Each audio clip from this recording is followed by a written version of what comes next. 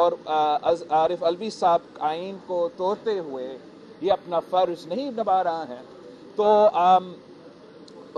امکان یہ ہے کہ نہ صرف وہ عدم اعتماد کے وقت آئین توڑنے والا مقدمہ ہوگا، مگر ساتھ ساتھ یہ اسمبلی آئینی جو اس کا فرض ہے وہ اس پہ نہ عمل کرتے ہوئے اسمبلی کو نہیں بلایا تو وہ بھی ایک اور مقدمہ ہوگا۔ فرق تو اس سے حکومت سازی کے عمل پہ میرے خیال میں نہیں ہوگا، اس لیے کہ آئینی ذمہ داری ہے۔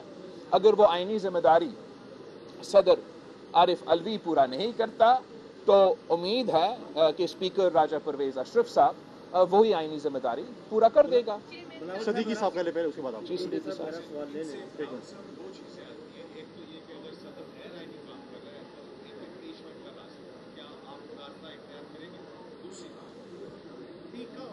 جس طرح سے میڈیا کو ٹیگ کرنے کے لیے استعمال ہو رہا ہے as a Peoples Party parliament کے اندر، آپ اس قانون کی تبدیلی کے حوالے سے کیا سجیشنز کرتے ہیں؟ جہاں تک امپیچمنٹ کی سوال ہے آپ کا، میرے خیال میں وہ ضروری نہیں ہوگا، اس لیے جیسے ہی تمام جو پورا الیکٹورل کالج ہے، نیشنل اسمبلی، صوبائی اسمبلی، وہ سب ان پلیس ہوں گے تو صدر عارف الوی کا تو ٹرم ختم ہو چکا ہے، اور ہم نے اپنے الیکشن کا پروسیس امپیچمنٹ کے بجائے ہم الیکشن کے پروسیس کے تھرو انشاءاللہ تعالی الوی صاحب کو ریپلیس کریں گے۔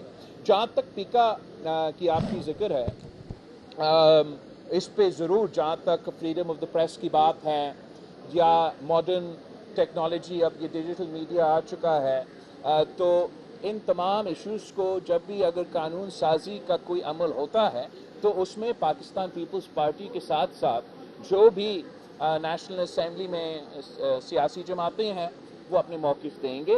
ہمارا موقف یہ ہے کہ پاکستان میں جتنا بھی زیادہ ہم جمہوریت لے کر آئیں گے، جتنا ہی زیادہ ہمارا فریڈم آف دا پریس ہوگا، فریڈم آف دا جوڈیشری ہوگا، جتنا زیادہ فریڈمز ہوں گے اتنا ہم بہتری لے کر آ سکیں گے۔ سونیا کا پروسیس کیا بلاول بھٹو زرداری اڈیالہ جیل سے ملاقاتوں سے شروع کر سکتا ہے؟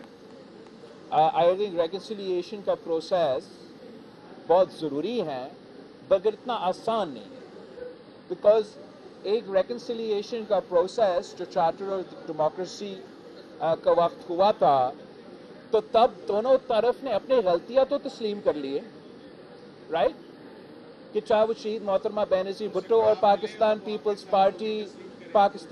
پارٹی کا اپنا، اور زیادہ تر جو ہمارا مسلم لیگ کے ساتھ انہوں نے بھی اپنا جو غلطیاں ہیں، ہم نے وہ تمام غلطیاں کو تسلیم کر کے اپنی غلطیاں سے سیکھ کے ایک آگے کا راہ عمل طے کیا۔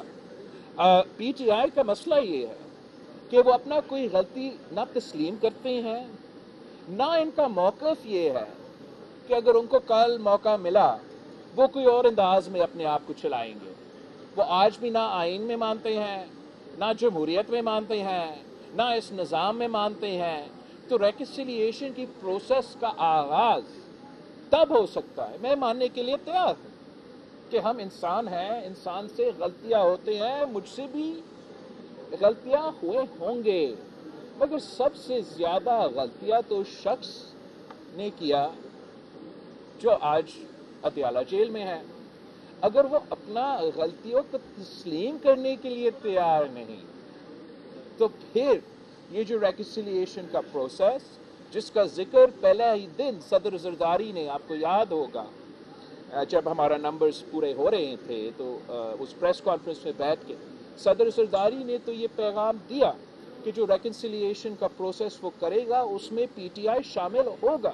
میں سمجھتا ہوں جو اس میں مشکلات ہوگا وہ اتنا کہ آج تک پی ٹی آئی ماننے کو تیار نہیں ہے کہ ہم سے کوئی غلطی ہے۔ سونیا ایک منٹ۔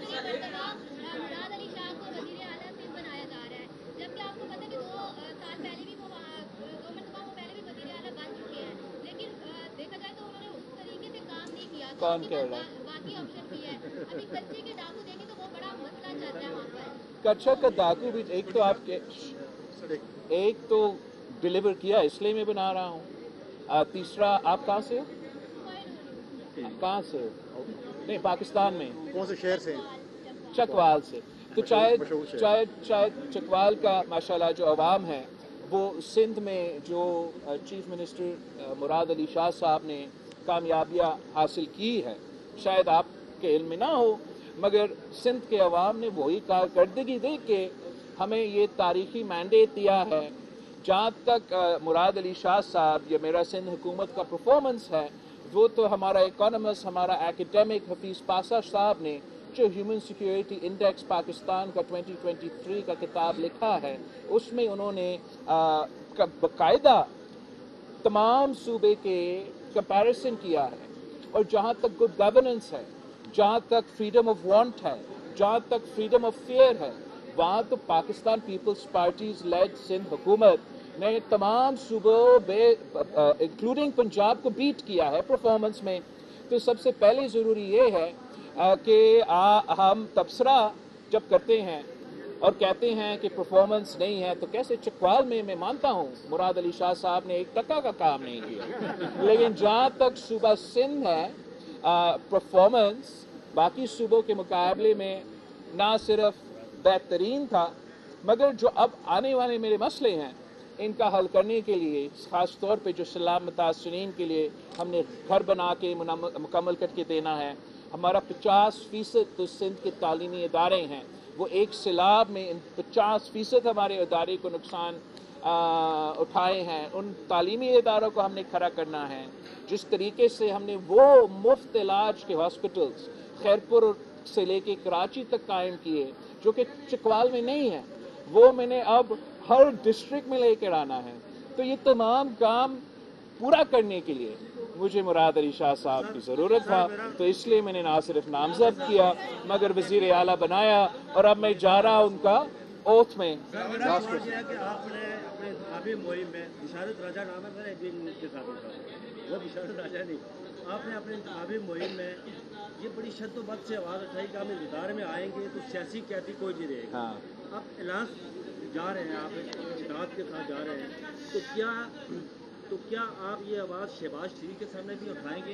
इस वक्त सैकड़ों कैदी, सियासी कैदी जो है वो जेलों में बंद है। मैंने ज़रूर कहा कि मैं अगर वज़ीर आज़म बनता हूँ तो मैं ऐसे ट्रूथ एंड रिकन्सिलिएशन कमीशन कायम करूँगा जो कि निशानदही करेगा, और अगर कोई सियासी कैदी निकला तो ज़रूर सियासी कैदियों को भी रिहा करेंगे।